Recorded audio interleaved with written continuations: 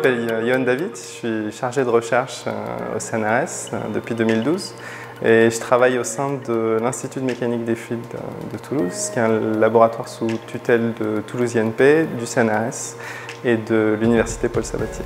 J'ai effectué ma thèse à Toulouse INP entre les laboratoires Ecolab et l'Institut de mécanique des fluides de Toulouse.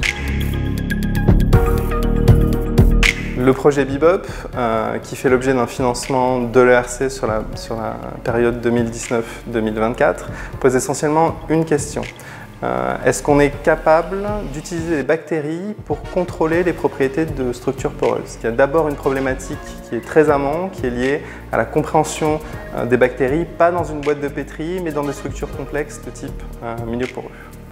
Pour mieux comprendre le comportement des bactéries dans des structures poreuses, on va utiliser des milieux modèles typiquement basés sur des réseaux microfluidiques ou des structures imprimées en 3D.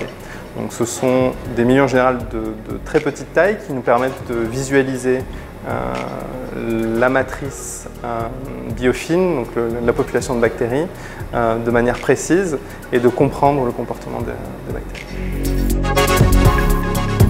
Et l'idée, c'est d'aller vers le développement de matériaux intelligents dont on peut contrôler la réponse, par exemple des matériaux auto-cicatrisants ou des matériaux auto-nettoyants, par exemple pour des technologies de type biofiltre. Donc c'est un projet qui combine de nombreuses approches, dont de la microfluidique, de l'impression 3D, mais aussi des méthodes de modélisation, de l'imagerie, de la microscopie photonique, de la microscopie rayon X.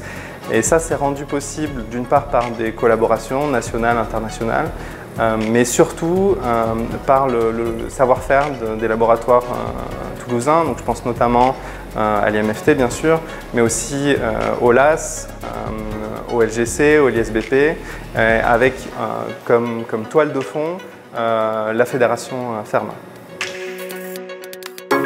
L'innovation, c'est souvent un travail de fond sur le long terme qui implique beaucoup de gens, qui implique des équipes de recherche entières. Et même si on voit assez peu souvent ce travail qui est très laborieux, qui prend vraiment beaucoup de temps, je pense que c'est une composante qui est vraiment très importante, qu'on oublie de plus en plus dans le cadre d'appels à projets centrés sur des personnes, type ERC.